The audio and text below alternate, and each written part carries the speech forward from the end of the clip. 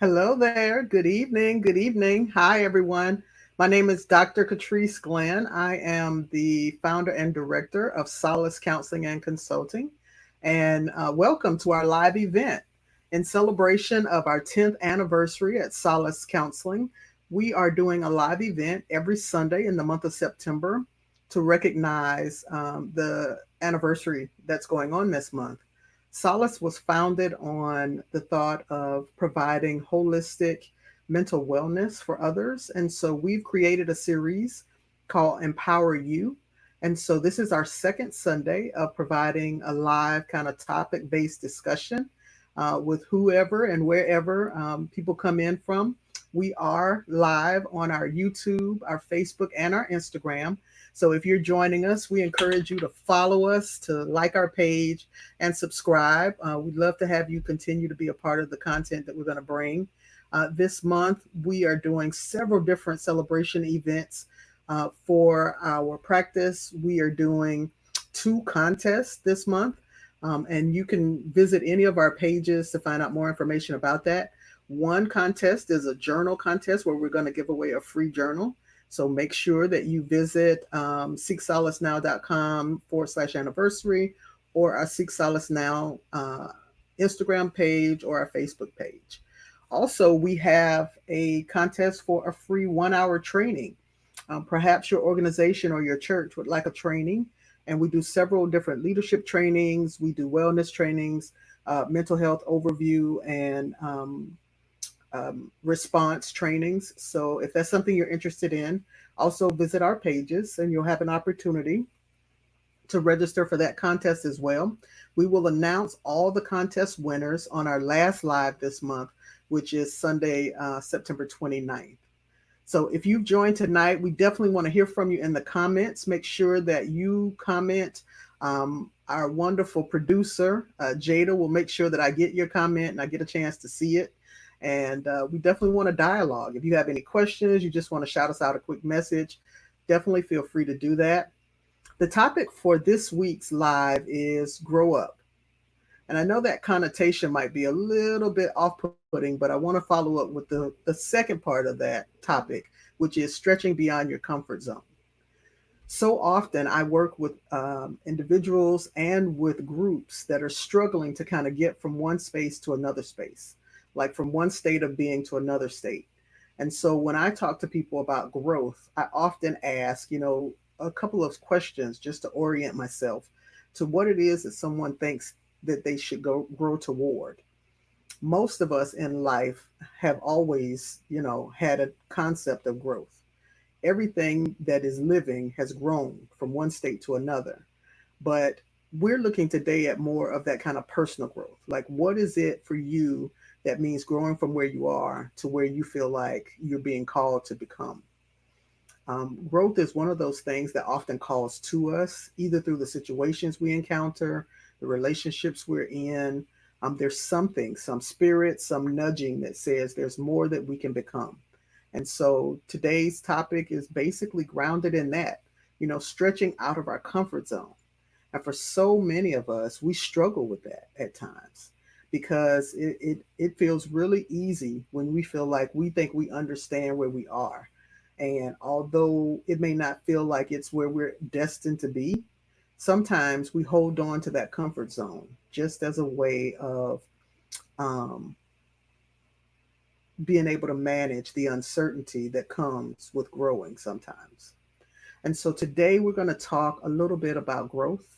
I'm hoping that you have some feedback, you have some comments you want to share. If not, if you just want to listen, that's cool too.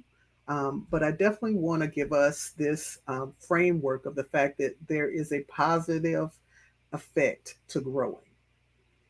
Sometimes people struggle with the term grow up simply because they've been in environments where people have used that language to belittle them or minimize them, in some cases to accuse them.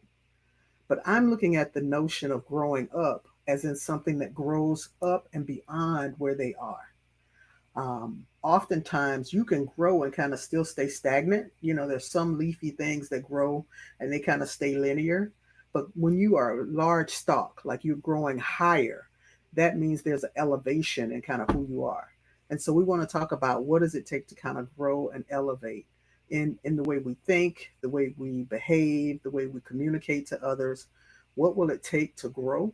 And what does that look like? So once we recognize that growth is the natural progression for what it is that we're doing, for what it is that we desire to become in life, the next question is, what has to happen in order for us to grow? Well, just like when you're a little kid and you have to learn something new, you always kind of lose something whenever you're beginning to reach out for something new. So, to become a toddler, you have to let go of some of your infancy. To become a teenager, you have to let go a little bit of your childish immaturity. To become an adult, you have to let go of some of the ways that you functioned as a teenager. To become someone who is kind of matured in the way that they navigate, their finances or their relationships or how they operate in the world, they may have to let go of some of the ways they operated in their like early 20s. And so growth is a progression. It is a progression, but it requires that we do something. It requires intentionality in our growth. Um, the first thing I would always let folks know is that sometimes there's a pain associated with growth. There's some discomfort naturally associated with growing. Change costs you something. No matter what type of change it is, it costs you something. Whether it is looking at the world through the different lenses, having to let go of a way you did something that felt comfortable to you, in order to reach for something new, you've got to be willing to let something go and recognize that sometimes it's a thing you have to let go, and sometimes it might be some relationships with certain people in order for you to kind of grow and move into who you are destined to become. Sometimes change also feels hectic. Transition can feel like chaos because uh, it's not stable all the time. It doesn't feel like stability. It feels like instability, if anything. And sometimes, growth feels like I'm losing control. The thing that I know for sure, I feel like that thing doesn't work the same way anymore. And so while I feel like I'm being called to something more, I feel like I'm being pulled to something more. There may be a space where I feel destabilized in this growth process. And I just want to tell you that's normal. That's a part of growth. I think so many of us fear growing because we're worried that we will have to let go of some things that we're comfortable with being around or we're just familiar with. They've been around so long, we're just used to them. And it also means embracing a bit of uncertainty because as you grow, you don't fully know where this next stage is going. You don't know what it's going to look like. You don't know who all is going to go along for the ride. You don't know what new people will come into your life. And so sometimes, if we're honest, we resist growth.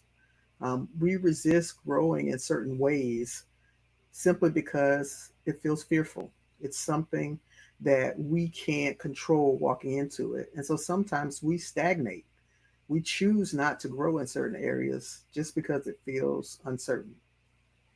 And so one of the things I'm hoping that you're choosing today is to go beyond that thought pattern.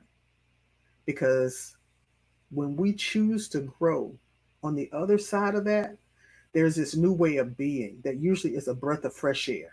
It's a new awakening. It's an opportunity for us to say, I was probably supposed to be here in the first place. And so choose to lean into that becoming. That becoming space, I think, is the reason why growth is so important. One of the things I often talk to clients about is becoming more authentic. And I have clients who come in their first session, that's the first thing they say is, I want to be more authentic. And I go, that's awesome. I want to walk that journey with you because to become more authentic is to become more empowered because you are more aware of who you genuinely are. Authenticity is to be genuine, to be, as the Bible might tell you, to let your yes be yes and your no be no, to be the same in season and out of season. Some people call it integrity. It is who you are when no one is looking. To be authentic is to know yourself and choose to be consistently yourself. And sometimes we don't. We shapeshift, we conform, we put on camouflage in different spaces.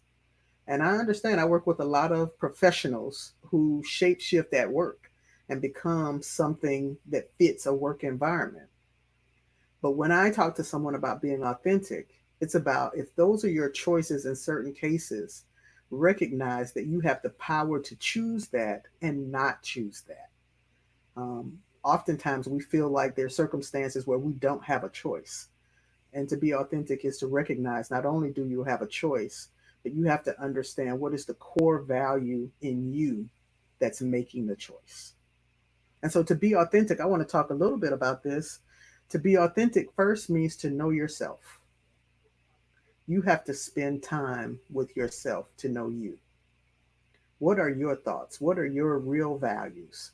What are the things that are important to you? What are the things that you know are the things that are most core and central to you? You can't choose to walk in them until you can know them and own them. So, to be authentic, the very first piece is to learn yourself. No matter how old you are, you can still learn something new about yourself. To be authentic also means to be transparent. So, once you've gone through that journey of knowing yourself, then it is to be transparent. Being transparent with yourself, like knowing, okay, I'm about to make this decision. Let me not lie to myself. I know what I'm doing. And then to also choose who and when to be transparent with others. So often we get in spaces where we don't feel comfortable being our full self with others. And so the first question I ask is, are you allowing people in your space that you don't feel like you can be authentic with? And if you are, why? At some point, I hope in your growth pattern, you will keep people close to you who not only can tolerate your authentic self, but celebrate your authentic self. They accept it and they recognize that they want to see the fullness of you and not just tolerate a version of you that works for them. And so once you've gotten to the point where you've learned yourself and you've worked on being transparent, not only with you, but also transparent with someone else, maybe that's when you want to choose to embrace setting some boundaries. And I know boundaries is a popular term, now, particularly in our popular culture, but boundaries basically are limits. Recognizing what are those limits that define your comfort zone. When I talk to clients about boundaries, I often ask them, do you know any close talkers? The folks that talk to you like right here. That particular person may struggle with recognizing physical boundaries because they will kind of violate someone's boundaries without knowing it. But often you'll know if that's a boundary for you because if it makes you uncomfortable, then you know that that's not a good boundary for you. So then you'll say, hey, how about you give me arm's length or give me 2 or 3 feet? You can identify that limit. And that's an easier limit, perhaps, than maybe recognizing when someone is too close psychologically, like they have too much input over your thoughts and the way you think and the ways that you understand yourself. Maybe someone else has too close a boundary within your emotional state, like people who can, trigger your emotions in different ways. Also, maybe someone has some financial boundaries. They've crossed some financial boundaries with you, and you need to work on setting some financial boundaries there. There are all types of boundaries. We have limits in different aspects of our life. It's not just physical boundaries. There are intimacy boundaries, financial, spiritual, psychological boundaries. There are lots of different ways in which we need to get clearer about where am I in the circle, in this big circle of limits, where am I? So that I can then communicate that to others and then maintain those boundaries with them. I think to be authentic also means to choose not to betray yourself. So many times, I talk to people who are in relationships or even in family situations where they won't allow themselves to speak their thoughts. because they're more concerned about how the other person is going to feel. Well, then my first question is usually, are they concerned about how you feel? What makes their voice more significant than yours? If this is a truly mutual, healthy relationship, why can't your voice be as equally important and voiced as their voice? And so when you betray yourself, you don't allow your voice to come forward, you hold it back. So, as we're talking about stretching outside our comfort zone, a part of what that looks like is owning your voice and choosing not to betray yourself. So we hadn't had any questions right now in this moment, but I do want to stop and pause and go, for those who are just coming in, welcome to Solace 10th anniversary live event. This is our second in the month of September. We are recognizing 10 years of service to the community. And so we are doing a series called Empower You. Tonight's topic is to grow up and stretch beyond your comfort zone. I just finished talking a little bit about being authentic. I talked a little bit about the growing pains that come with growing and stretching outside of your comfort zone. Now I want to talk a little bit. And if you have questions, definitely write your questions and your comments in the chat. We'd love to interact with you. I want to talk about finding your voice. So, finding your voice is big. One of the reasons that finding your voice is big is because so often I talk to clients, particularly women, who aren't sure about using their voice in a very vocal, a very advocating way. They have either been conditioned to just take care of everyone else and not really have an opinion, or to not share that opinion with others. And so I often talk about finding your voice because I believe you can't stretch beyond your comfort zone without using your voice. You there's a part of being empowered that will help you begin to voice not only to yourself but to others, there's more than this. There's more than this for me, and I want to grow beyond this. The hardest part of finding and owning your voice is finding comfort with saying the word no. So often we struggle with saying the word no. Those of us who have been conditioned to care for others, be there anytime someone asks, think that we're superwoman or superman, and we could put our cape on and we can get it all done. We can do everything that comes our way. But then when it comes to having the courage to say no, we struggle with that. No is a complete sentence, and it doesn't need any further explanation. A part of your growth is probably learning to be okay with saying no.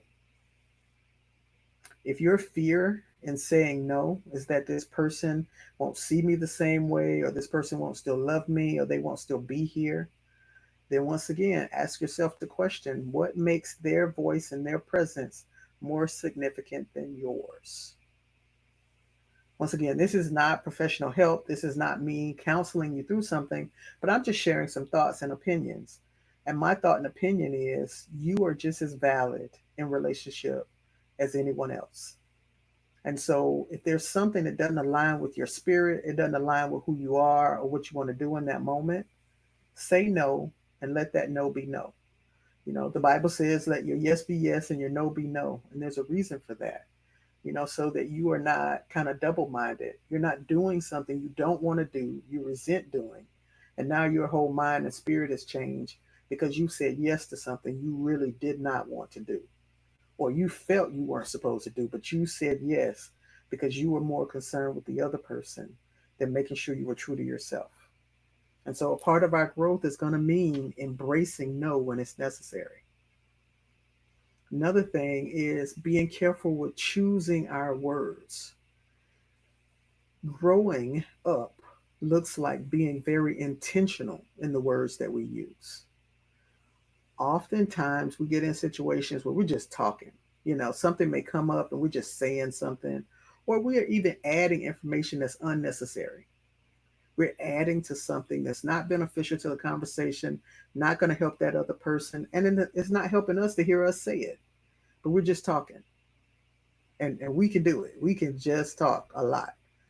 So consider being more choosy with the words that you say, being more intentional about your words, having some purpose and some meaning behind the words that you actually voice. I think that's definitely one of the aspects of growth for you, because then you have to make those decisions about which words are important. Choose to use your words to advocate, not only for yourself, but for others. Sometimes growth looks like advocating for someone who feels less than in a moment or a situation. Maybe you feel less than because in the past you've never spoken up for yourself. Maybe you feel less than because you're around people with big personalities and strong opinions. And so you're not sure where you fit in or where your voice is needed. But advocating for yourself, it simply means making sure that your needs come to the table along with everyone else's. That's growth. And these are all areas of growth that we can embrace. I want to kind of wrap up. If there are any questions, definitely continue to share your questions and your comments. I want to wrap up with this thought. There's a reason for the growth. The growth is so that one, you become more of who you were intended to be, but there are others who need to see your growth so that they will feel free enough to grow as well. A part of growing simply means that I am going from this state to the next state, whatever that is for me. State of being, state of wellness, state of in, empowerment, state of authenticity. I am going from this place I'm in to this next place. And what's the benefit? Once you get there, as I mentioned earlier, it's a breath of fresh air because now you feel more of who you were supposed to be. You feel like I am being truer to myself. I am being more aware of who I am. And that's a space of growth. I encourage you to do new things whenever you have an opportunity. Welcome, Millicent Parker. You have to give yourself permission. I agree with that. Give yourself permission to say no, and it's important to validate that you are just as important as the other person in the situation. Amen to that, right? It is super important. That permission piece is huge, that you're willing to say, not only do I have a voice, but I give myself permission to use it, and myself permission to say no. And sometimes that's the biggest hurdle, giving ourselves permission to do the things that help us grow. I want to encourage you to do something. One of the ways that really helps stretch us beyond our comfort zone is to do something new, to do something outside of our norm. And so this is something I recommend for you. Find a way for you to grow outside of what you've been doing. It may look like doing something totally new, something that no one else in your circle or in your life is doing. But find that new thing. Make a list. And before you start coming up with excuses or thinking about other people, this is the list I want you to make. I want you to make a list of all the things you would try if no one else was watching. If there was no one looking, no one was going to talk about you that you knew, but you just wanted to try it. Make a list of those things. And here's a challenge. I'm going to challenge you next month to try at least one thing on that list. Try one thing on that list and see if that helps you to feel like you're growing beyond where you are. You know, one of the things that limits us is when we get stuck in survival mode. And if you didn't get a chance to catch last Sunday, go back to our YouTube and watch the episode that we had on going from surviving to thriving. But when you're in survival mode and you're hunkered down and all you're doing is bracing in life, you can't embrace the spirit of play and creativity. Because when you're in protective mode, you don't feel like playing. You don't feel like creating. You don't feel like doing something new. And so a part of your growth is going to have to be shaking off some old mindsets and embracing a new one. So if one of the things that you want to do for yourself is to grow beyond where you are, I encourage you, make yourself a list, Put down everything, no matter how uncommon, unusual it is, something that you would try if you weren't worried about whoever was looking. And then next month, try at least one thing on that list. That's a part of growing. Thank you guys so much for coming. I see we have some new folks in. If you have some questions, you have some comments, definitely comment or send your question in. Once again, this conversation has been a part of our live series for the month of September in honor of Solace Counseling and Consulting's 10-year anniversary. We're doing this Empower You series where we have different topics each week. This week's topic was Grow Up, Stretch Beyond Your Comfort Zone. And we've talked about being authentic. We've talked about finding your voice. We've talked about getting past the growing pains of growth. And then we definitely talked about adventure, embracing adventure in your life as a way to kind of move beyond where you were. Throughout the month, we will continue to have these lives. We will have conversations. I hope that you will join us. Next week, we're talking about investing in yourself. So make sure that you come for that. We encourage you to like, follow, and subscribe on all of our pages. We have a YouTube, we have Instagram, we have Facebook, and we have two contests going this month. Definitely, they're free contests. There's no purchase necessary. Go to our pages, find the contest link. We're giving away one free journal. I have a series called Brain Dump Journal for the Busy. And there's one for busy women, busy teens, busy college students, and busy men. And I encourage you, fill out the registration form and hopefully you'll be the lucky winner.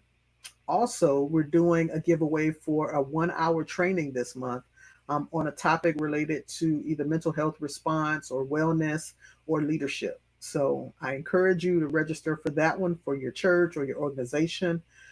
It's a virtual training and I will be the one leading it. So this series is just our way of giving back. One of the ways that we want to celebrate Solace is to continue to give back, and that's why we're offering these lives for the month of September. We thank you for coming. We thank you for supporting us, for being here. I look forward to seeing you again next Sunday for Invest in Yourself at 6 p.m. on all of our platforms. Take care of yourself and be well.